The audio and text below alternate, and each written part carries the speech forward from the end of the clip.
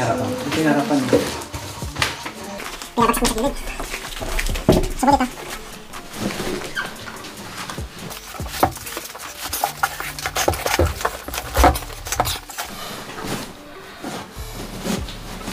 Yun o, ganda. Ano naman nagbabalik para sa ating panibagong video. Okay, so tulad na nasabi natin sa ating mga nakarang video, yung unboxing natin sa ating Joson Power Amplifier 2.0. Bigyan natin ng konting review tapos tignan natin yung internal parts niya. Okay, so hindi tayo technician. Ayan guys, bago tayo magpatuloy sa mga bago pa lang guys sa ating channel, huwag niyo kalimutang mag-subscribe. Ayan guys, pakiclick nyo yung notification bell right hand below para ma-notify kayo sa ating mga susunod na bagong upload na videos. Sa syempre, pakilike at share rin para makapagbahagi tayo ng konting kalaman sa iba.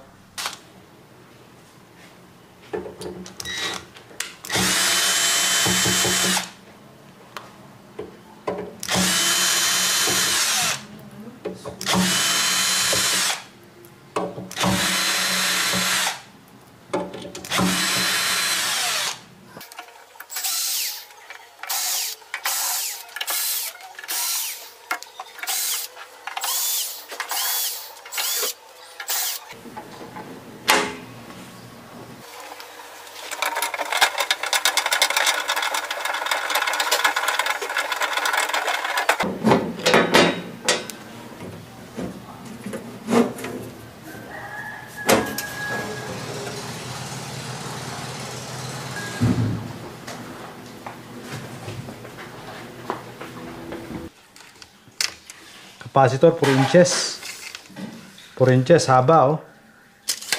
Kasi sa kanyang specification, itong isa dito ay hindi kasama sa power transistor. Okay, so iba yung function niya.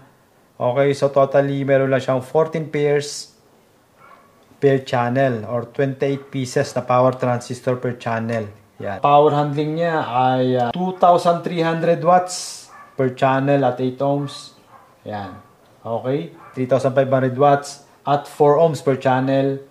Okay, at pagdating sa 2 ohms, okay, kagandahan nito, kaya niya mag-handle ng 2 ohms na speaker load. Okay, 4,600 watts per channel yung kaya niya. Okay, pagdating sa bridge mode, 6,900 watts yung kaya niya sa bridge mode at 8 ohms. At pagdating naman sa 4 ohms, kayang-kaya niya ang 9,200 watts pagdating naman sa 4 ohms. Okay? Okay, so pagdating sa kanyang transfo, ayan o. Basa ba? 130, 48, 40. Tapos wala ganun din. Okay? So 130 volts, 0, 130. Yan. Pagdating sa kanyang mga capacitor, ang capacitor niya may 100 volts.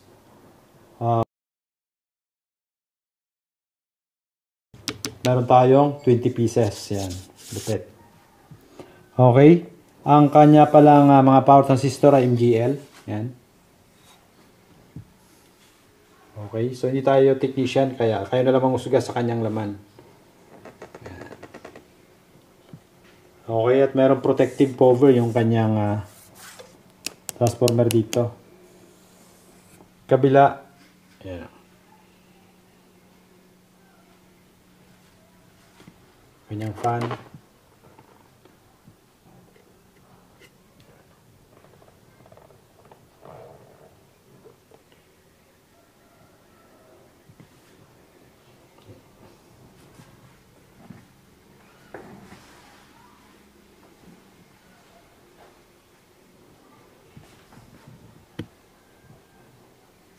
Yung kanyang diameter sa kanyang transpo ay 7.5 inches. At yung height naman ay nasa 4 inches. Kaparehas nito. Ayan o.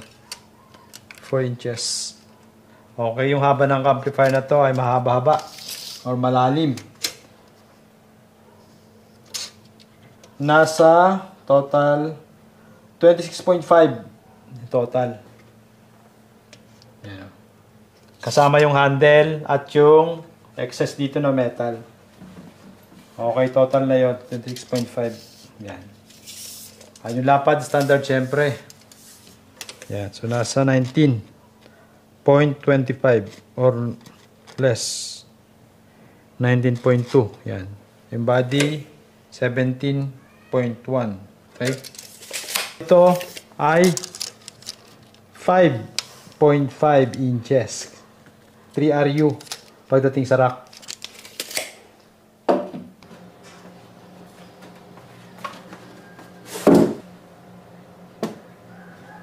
Okay mga ka-DIY, so na-ready na natin yung ating pagtetest. Okay?